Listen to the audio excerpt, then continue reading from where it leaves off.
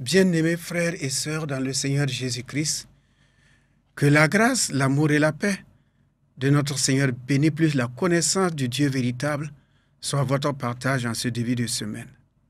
Toutes nos actions de grâce montent vers l'auteur de la vie, qui nous a accordé la bonne santé et qui nous a donné encore de vivre sur cette terre et d'expérimenter la puissance qu'il y a dans le nom de Jésus-Christ, la puissance de sa résurrection, la puissance de la parole, la puissance de l'amour de Dieu, la puissance du pardon de Dieu, la puissance de la présence de Dieu.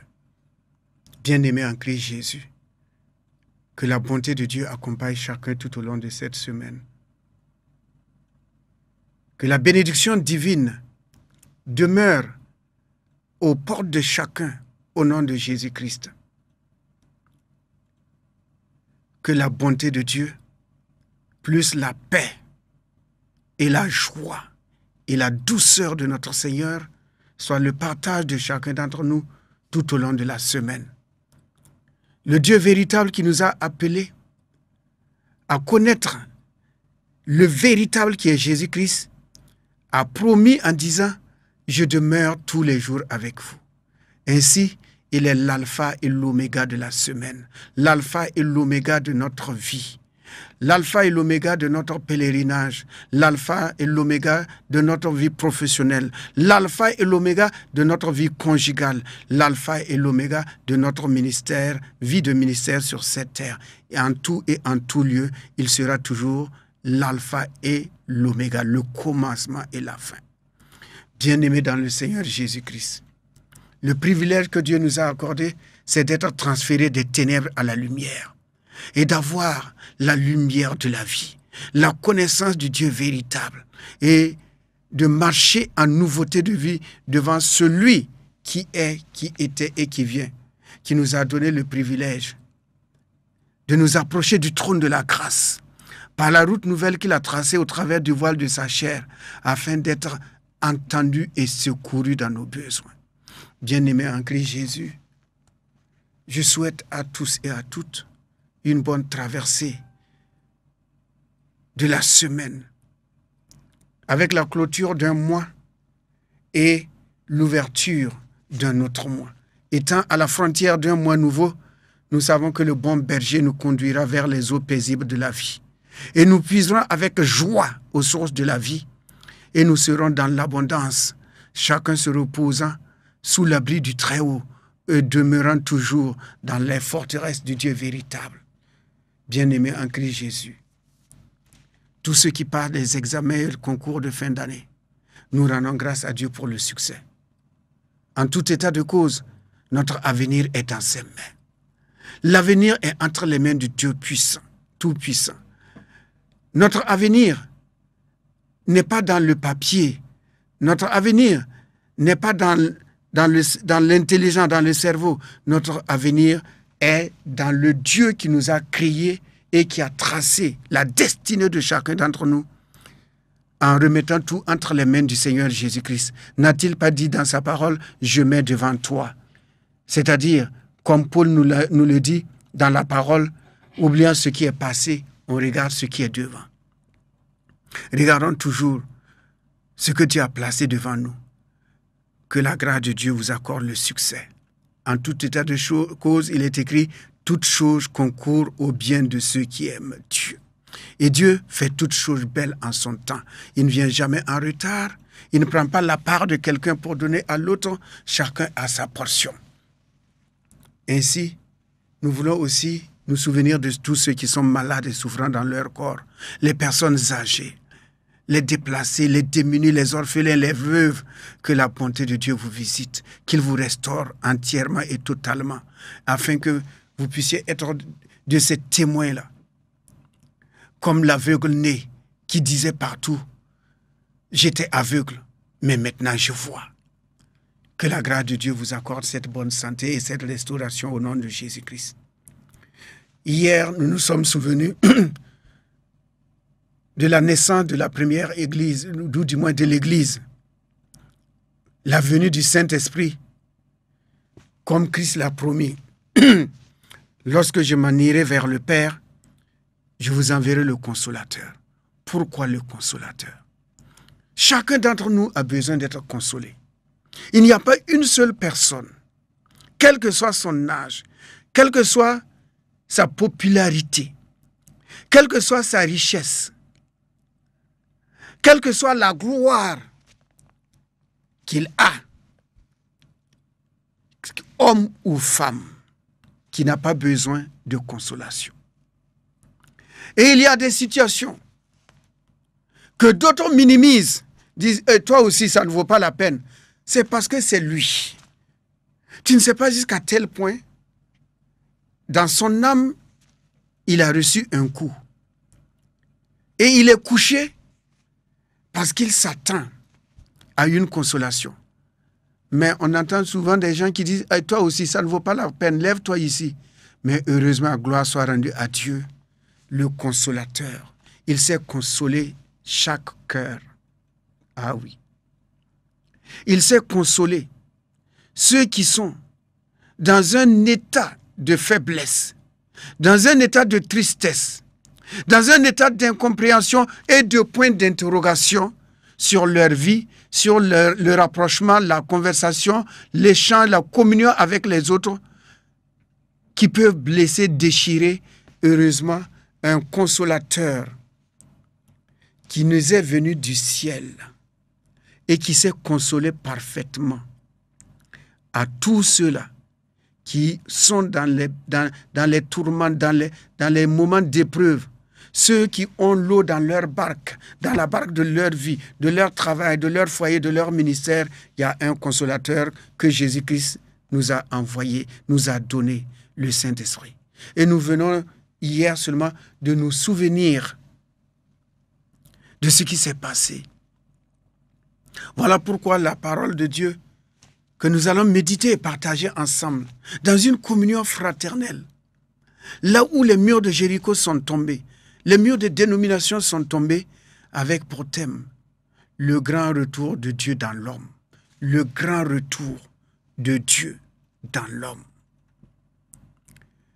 En effet, Dieu était parti à cause du premier Adam qui a désobéi à la parole de Dieu, qui s'est rebellé contre la parole de Dieu, qui a mis la parole de Dieu de côté pour embraser la parole de quelqu'un qui n'a jamais rencontré, qui n'a jamais vu, dont il ne connaît pas l'identité et qui est venu pour simplement dire que ce qu'ils ont entendu de la part de Dieu, ce n'était pas toute la vérité.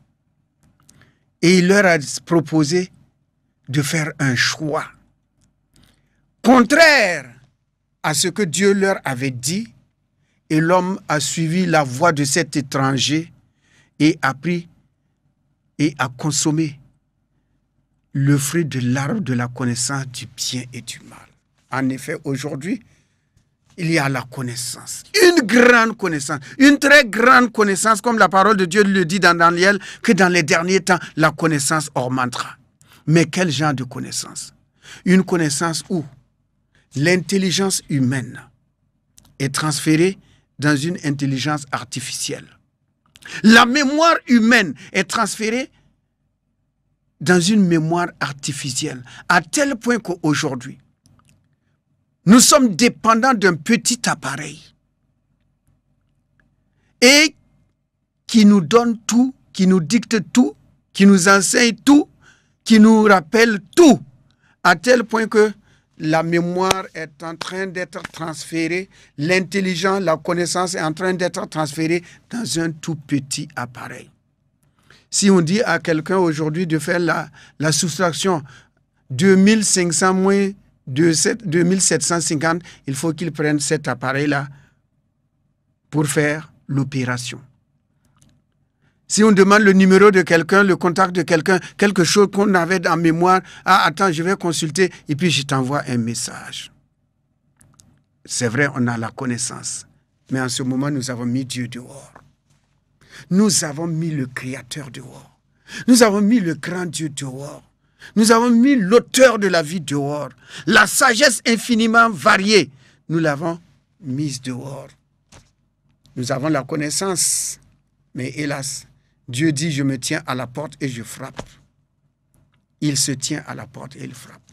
Mais, gloire soit rendue à Dieu par Jésus-Christ qui nous a rapprochés du Père, le grand retour de Dieu dans l'homme. Ainsi, lisons dans le livre de Matthieu au chapitre 3 et le verset 11. Matthieu 3, verset 11. Il est écrit dans Matthieu 3 et le verset 11, « Moi, je vous baptise d'eau pour vous amener à la repentance. Mais celui qui vient après moi est plus puissant que moi. Et je ne suis pas digne de porter ses souliers. Lui, il vous baptisera du Saint-Esprit et de feu. » Que Dieu bénisse sa sainte et divine parole. C'est Jean le Baptiste qui s'adresse à la foule qui était venue le consulter, le voir. Le voir, ce prédicateur d'une autre génération, d'une autre classe, d'un autre ordre, qui parlait de repentance et de la venue du Messie et de la cognée qui est mise au tronc de l'arbre. Il parlait donc, ils sont allés pour lui poser la question. C'est bien toi qu'on attendait? Il dit non, non, non, non, ce n'est pas moi. Mais celui qu'on attend est déjà là. Il est là.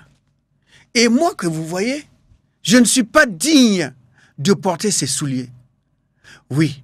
Lorsque Moïse s'approchait de Dieu, qui était descendu dans le buisson ardent, Dieu a simplement dit à Moïse, enlève tes chaussures. Tu ne peux pas t'approcher de moi avec ces pensées-là. Ces pensées que tu as, cette marche que tu as, ce cœur que tu as, tu ne peux pas t'approcher de moi avec cela. Car tous ceux qui s'approchent de Dieu doivent savoir que Dieu existe et il est le rémunérateur de toutes choses. Et on s'approche de Dieu avec une nouvelle pensée. Ta marche d'autrefois, ta marche d'Égypte, ta marche dans le désert, ta marche derrière le troupeau, ta marche dans la maison de Jéthro, cette marche-là, tu ne peux pas t'approcher de moi avec cette marche-là, cette connaissance-là, tu ne peux pas. Ainsi, il dit, moi, je ne suis pas capable de marcher comme lui, il marche. Lui, il marche dans la volonté parfaite du Père. Lui, il est venu dans un but bien divin. Il est venu pour vous baptiser d'Esprit Saint et de feu. D'Esprit Saint pour amener un cœur nouveau, un esprit nouveau, et de feu pour consumer tout ce qui n'est pas de Dieu. Pour consumer tout ce que l'ennemi, pendant des années, a mis dans nos cœurs, dans nos pensées, le feu va consumer tout cela, afin de laisser la place au Dieu véritable, qui désire ardemment depuis le jardin d'Éden de retourner dans la vie de l'homme, dans l'homme. Comme Jésus l'a dit, le Père et moi, nous sommes un. Dieu voulait que l'homme et lui soient un pour que l'homme marche dans la présence de Dieu tous les jours de sa vie, dans la vie éternelle. Mais hélas, la connaissance domine aujourd'hui. Mais où est Dieu? Ainsi, dans le livre de Luc au chapitre 5, versets 37 à 38, Luc, chapitre 5, 37-38. Et personne ne met du vin nouveau dans de vieilles outres. Autrement, le vin nouveau fait rompre les outres, il se répand et les outres sont perdues. Mais il faut mettre le vin nouveau dans des outres neuves. Que Dieu bénisse sa sainte et divine parole. Alléluia. Amen. La parole de Dieu nous interpelle en nous disant ceci.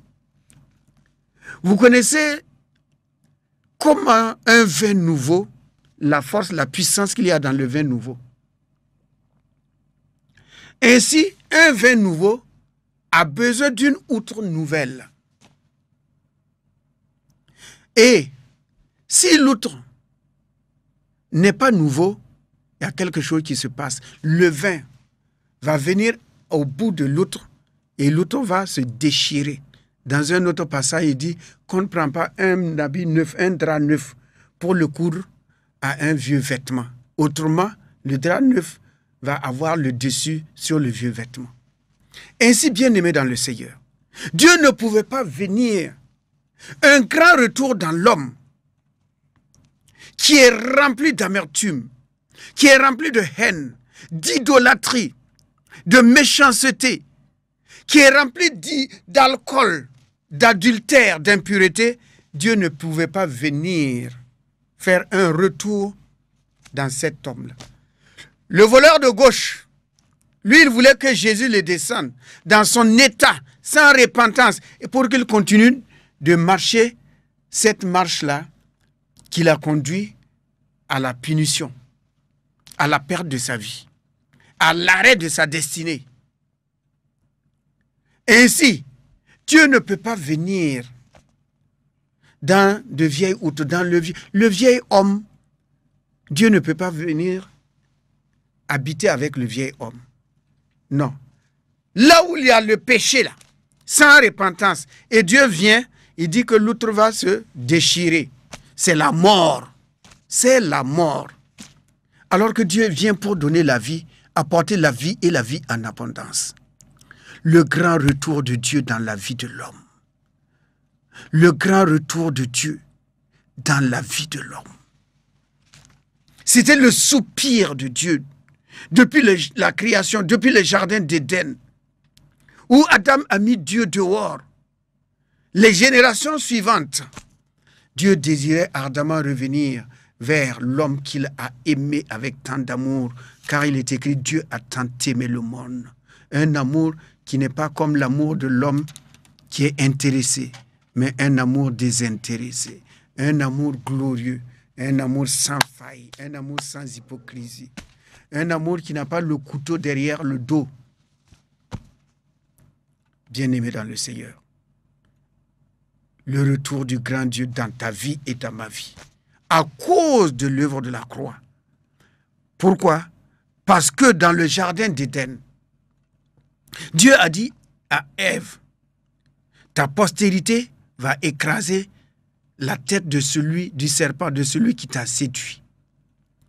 Et la parole de Dieu s'est accomplie au temps marqué, au travers d'une femme. Dieu a envoyé son fils sous la loi afin de nous racheter de cette malédiction et d'ouvrir la porte et tracer un chemin nouveau par lequel nous pouvons atteindre Dieu.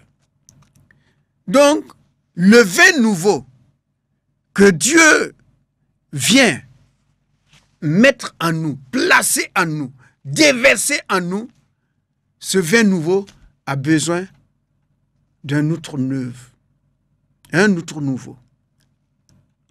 Ainsi, dans le livre de Jean, au chapitre 14 et le verset 18, il est écrit, « Je ne vous laisserai pas orphelins, je viendrai à vous. » Il dit, « Je viendrai à vous. » Gloire à Dieu. C'est une promesse formelle, « Je viendrai à vous. » Et dans le verset 23 de Jean 14, toujours, il est écrit, Jésus lui répondit, « Si quelqu'un m'aime, il gardera ma parole, et mon Père l'aimera. Nous viendrons à lui, mon Père et moi, nous viendrons à lui, et nous ferons notre demeure chez lui. » Que Dieu bénisse sa sainte et divine parole. Le grand retour de Dieu dans la vie de l'homme. Dans l'homme, toi et moi, le grand retour. Il dit, je ferai de lui, je reviendrai vers lui, et je ferai ma demeure en lui.